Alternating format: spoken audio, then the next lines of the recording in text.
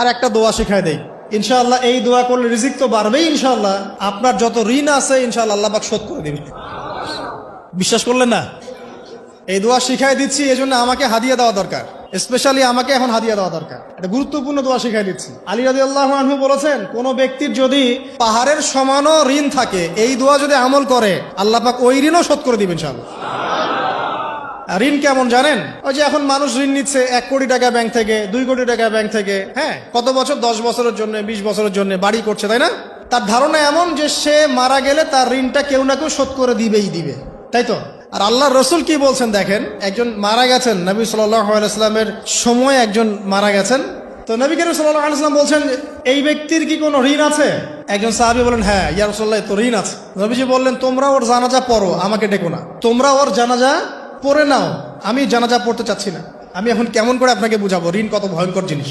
আপনি যে ব্যাংক থেকে 3-4 কোটি টাকার লোন নিয়ে রাখছেন, লাখ লাখ টাকা লোন নিয়ে বসে আছেন, দিব্যি সুখে বসে আছেন, এমন চিন্তায় যে আপনার মৌত হবে না। আর নবী সাল্লাল্লাহু আলাইহি ওয়াসাল্লাম সময়ে একজন মারা যাচ্ছেন, তিনি বলছেন তোমরা জানাজা পড়ে নাও, আমি জানাজা পড়তে চাচ্ছি না। মানে ঋণগ্রস্ত ব্যক্তি জানাজাও তিনি পড়তেন না। তারপরে একজন এসে বললেন, ইয়া রাসূলুল্লাহ, আমি তার ঋণ শোধ করে দিব, তার যা ঋণ আছে আমি শোধ করে দিব। তখন নবী এসে জানাজা পড়লেন সাল্লাল্লাহু আলাইহি ওয়াসাল্লাম।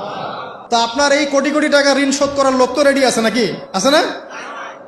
সমস্যা নেই, আপনার জানাজা পড়া হবে, আপনার মিলাদও হবে, আপনার একটা বড়সড় দোয়াও হবে ইনশাআল্লাহ। কিন্তু আল্লাহ পাক বলেছেন যে শহীদ, আল্লাহর পথে যুদ্ধ করে শহীদ হয়েছে, এই ব্যক্তির আত্মাও ঝুলে থাকে যতক্ষণ পর্যন্ত না তার ঋণটা শোধ করা হয়।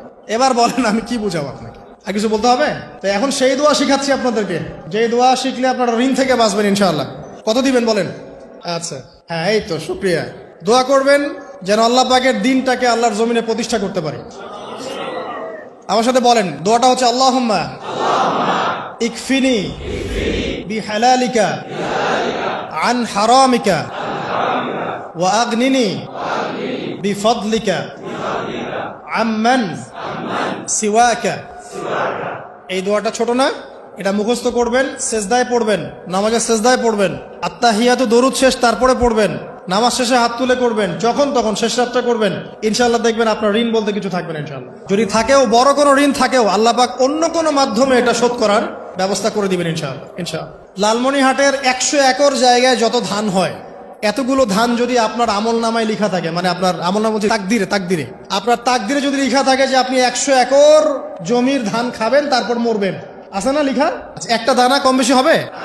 আপনি যদি আল্লাহর প্রতি তাওয়াক্কুলি করেন, তাহলে আপনি হালাল পথে থাকবেন, বিশ্বাস করবেন যে আল্লাহ পাক যেটা লিখে রাখছে আমার তাকদিরে রিজিক, এর একটা দানা রেখেও আমি পৃথিবী থেকে যাব না, সিম্পল। তখন আপনার অন্য পথে যাওয়ার কোনো কারণ নাই। আর যখন আপনি বিশ্বাস করবেন না, না এটা আমার হাতে, আমি যত পরিশ্রম করব তত রিজিক বাড়বে, আমি যত ঘুষ নিব তত বাড়বে, যত সুদ খাবো তত বাড়বে, যত দুর্নীতি করবো তত বাড়বে, তখন তো রিজিকের এই পুরো দায়িত্বটা আল্লাহ পাক আপনার হাতে ছেড়ে দিবেন। আল্লাহ পাক আপনাকে কোনো বারাকা দিবেন না। ইয়ামহাকুল্লাহু রিবা ওয়া ইউরবিস সাদাকা। সদকা করলে সম্পদ বৃদ্ধি পায়, আর রিবার মধ্য দিয়ে সম্পদ ধ্বংস হয়ে যায়, একদম মাটিতে মিশে যায়। কিভাবে ধ্বংস হয় সেটা এখন আলোচনা করার সুযোগ নাই, সময় নাই। আমি ইনশাআল্লাহ আরেকদিন শুধু রিবা নিয়ে আলাদা আলোচনা করবো ইনশাআল্লাহ। এটা সমাজের নিচু লেভেল থেকে উঁচু পর্যন্ত দরিদ্র মানুষদেরকে আরো দরিদ্র করবে, আর ধনীদেরকে আরো ধনী করবে।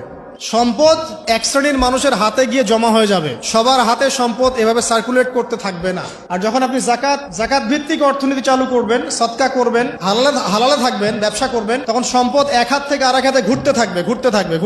এটা এমনি বুঝবেন না, ইনশাআল্লাহ আরেকদিন বুঝাবো। আসেন, যে দারিদ্রতা দূর করতে চান, সচ্ছলতা চান, কয়েকটা কাজ করেন। এই যে বললাম, 1 নাম্বার সূরাতুল ওয়াকিয়া তেলাওয়াত করেন, 5 ওয়াক্ত নামাজ জামাতে পড়েন, ডেইলি কিছু সময়ের জন্য কোরআন তেলাওয়াত করেন, আর আল্লাহর কাছে রিজিক চান, জিকির বেশি বাড়ায় দেন। পারবেন না ইনশাআল্লাহ?